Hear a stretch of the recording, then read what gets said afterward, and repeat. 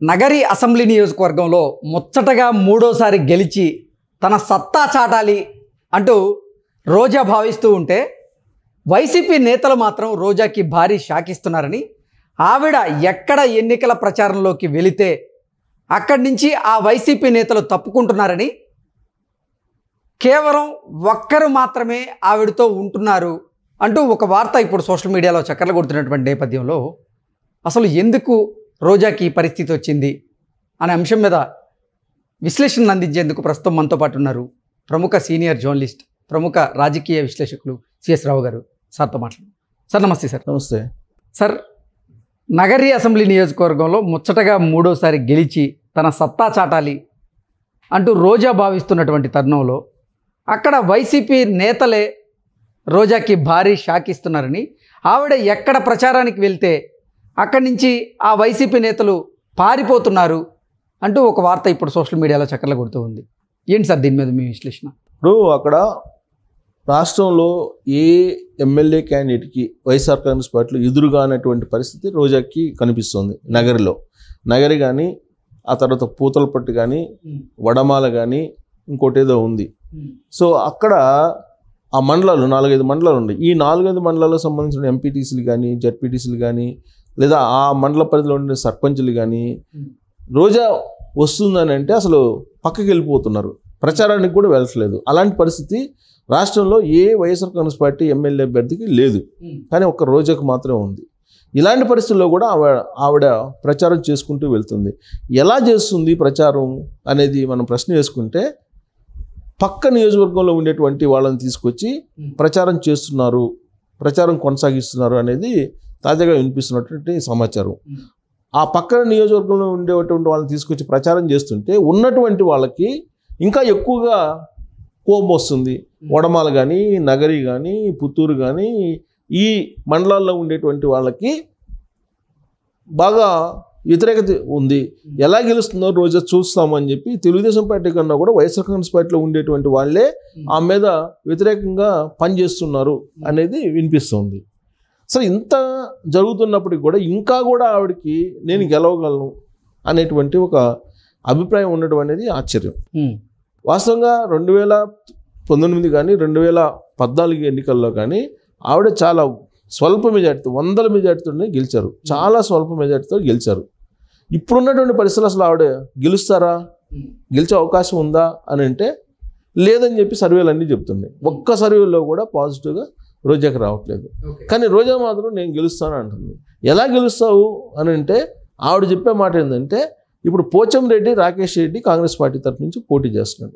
ఈ పోచంరెడ్డి రాకేష్ రెడ్డి ఏదో ఓట్లు చీల్చేస్తాడు, తెలుగుదేశం పార్టీ చీల్చేస్తే దాని ద్వారా గెలవచ్చు అనేటువంటిది ఆమె ఈక్వేషన్ అని చెప్పి చెబుతున్నారు. అసలు మామూలుగా YSR Congress party traditional vote bank ఎక్కడి నుంచి వచ్చింది? కాంగ్రెస్ పార్టీ నుంచి వచ్చింది. కాంగ్రెస్ పార్టీ నుంచి వచ్చింది, కానీ వైఎస్ఆర్ కాంగ్రెస్ పార్టీ నుంచి కాంగ్రెస్కి పోతాయి, కానీ తెలుగుదేశం పార్టీ నుంచి ఎలా వెళ్తాయి? బట్ రోజా ఈక్వేషన్ డిఫరెంట్గా ఉంది. ఓకే, అదేదో ప్రభుత్వ వ్యతిరేక vote Congress party Telugu Desam party పంచుకుంటాయి, నేను గట్టును పడచ్చు అనేది రోజా యొక్క ఆలోచనగా చెప్తున్నారు ఆమె అనుచరులు. సో ఏ వైఎస్ఆర్ కాంగ్రెస్ పార్టీ లీడరు తెచ్చుకోనంత వ్యతిరేకత రోజాకి రావడం అనేది విచిత్రమైనటువంటి పరిణామం. దానికి కారణం ఆమె కారణం. ఎందుకు కారణం అని అంటే, ఆమె ఈ మధ్యకాలంలో సోషల్ మీడియాలో బెంజ్ కారు వ్యవహారం, తర్వాత ఆమె యొక్క మాటలు, రాష్ట్రం మీద జగన్మోహన్ రెడ్డికి సంబంధించిన పరిపాలన మీద మొత్తం వ్యతిరేకత ఉంటే జగన్మోహన్ రెడ్డి అద్భుతం అని చెప్పి ఆవిడ మాట్లాడటం, తర్వాత చంద్రబాబు నాయుడు మీద, చంద్రబాబు నాయుడు ఫ్యామిలీ మీద మాట్లాడటం, ఇవన్నీ కూడా ఆమెకి నెగిటివ్ అయితే, వైఎస్ఆర్ కాంగ్రెస్ పార్టీలో ఉండేటువంటి మంత్రులు ఎవరైతే ఉన్నారో, పెద్దిరెడ్డి రామచంద్రారెడ్డి కానీ వీళ్ళు, అక్కడ చిత్తూరులో ఉండేటువంటి వాళ్ళు ఎవరితోటి సఖ్యతగా ఆవిడ ఉండేటువంటి పరిస్థితి లేదు. మరి జగన్మోహన్ రెడ్డి ఎలాగో ఓడిపోయే టికెట్ అని చెప్పి ఇచ్చారా, ఎవరిని పెట్టినా ఓడిపోతారనే ఉద్దేశంతో ఇచ్చారా రోజాకి, లేదంటే స్టాలినో లేకపోతే కేసీఆర్ వీళ్ళ ద్వారా ఏమన్నా ఒత్తిడి తీసుకొచ్చారా, మంత్రి పదవికి తీసుకొచ్చినట్టు అనేది ఒకటి వినిపిస్తుంది. లేదంటే విస్తృతమైనటువంటి పరిచయాలు ఉంటాయి కాబట్టి రోజాకి ఎవరి నుంచి ఆవిడ ఒత్తిడి తీసుకొచ్చారో అర్థం కావట్లేదు. ఇంకోవైపు ఏమో స్వరూపానందేంద్ర సరస్వతి ఆయన పూజలు చేస్తారు, ఆవిడకు పూజలు పునస్కారాలు రాజస్వామి యాగం చేస్తున్నారు కాబట్టి రాజస్వామి యాగం చేస్తున్నారు కాబట్టి గెలుస్తాననేటువంటి ఒక నమ్మకం ఆమెకు ఉందని చెప్పి చెబుతారు. సో క్షేత్రస్థాయిలో మాత్రం ఏ ఒక్క పాజిటివ్ పాయింట్ కూడా ఆమెకి కనిపించట్లేదు. ఆవిడ గాల్లో లెక్కలేసుకుంటున్నారు అనేది వైఎస్ఆర్ కాంగ్రెస్ పార్టీలో ఉండేటువంటి వాళ్ళే చెప్పేటువంటి మాట. అంటే వాళ్ళ హస్బెండ్ ఒక తమిళియన్ కాబట్టి అక్కడ తమిళ ఓటర్లు కూడా ఎక్కువ మంది ఉన్నారు, అది రోజాకి కలిసి వచ్చే అవకాశం ఉంది అంటూ కూడా కొన్ని వార్తలు వస్తాయి. అది ఆల్రెడీ 2014 2019లో ఆ ఈక్వేషన్లోనే ఆవిడ గెలిచారు. ఎంత 100 ఓట్లు 600 ఓట్లతో ఒకసారి, ఇంకోసారి ఏమో 1000 ఓట్లతో గెలిచారు ఆవిడ. సో 600 ఓట్లు 1000 ఓట్లు ఇప్పుడు జరిగేటువంటి ఎన్నికల్లో ప్రభుత్వం మీద వ్యతిరేకత ఉన్నప్పుడు అవి ఎలా వస్తాయి? పైగా ఇంకోటి కాంగ్రెస్ పార్టీకి సంబంధించినటువంటి పోచంరెడ్డి రాకేష్ రెడ్డి వైఎస్ఆర్ కాంగ్రెస్ పార్టీ ఓట్లు చీల్చుకునేటువంటి అవకాశం ఉంది భారీగా. సో అలాంటప్పుడు ఎంత తమిళ ఓట్లు ఉన్నా కానీ అక్కడ తమిళ ఓట్లు ఉన్నప్పటికీ కూడా అది వర్కౌట్ అయ్యేటువంటి ఛాన్స్ లేదు ఏ కోణం నుంచి తీసుకున్నా కానీ. కానీ ఆవిడ ఏదో ఒక అదృశ్య శక్తి నన్ను కాపాడుతుంది అనేటువంటి యాంగిల్లో ఆవిడ ఉన్నారు. పూజలు పునస్కారాలు ఇవి చేపిస్తూ ఆవిడేదో గాలిలో మేడలు కట్టుకుంటున్నారు. సో ఈ క్రమంలో ఈ కాంగ్రెస్ పార్టీ ఓట్లు, కాంగ్రెస్ పార్టీ చీల్చుకునేటువంటి ఓట్లు నన్ను గెలిపిస్తాయి అనేటువంటి యాంగిల్లో ఆవిడ ఉండటం అనేది విచిత్రమైనటువంటి పరిణామం. నిజంగా జరుగుతుందా లేదనేది మనం వెయిట్ చేయాలి. బట్ ఆమెకున్నటువంటి ఈక్వేషన్ అది, ఆమెకున్నటువంటి ఈక్వేషన్ అలా ఉంది అనేది కూడా చెప్తున్నారు. కానీ ఆమె మీద వచ్చినటువంటి ఆరోపణలు ఏంటి?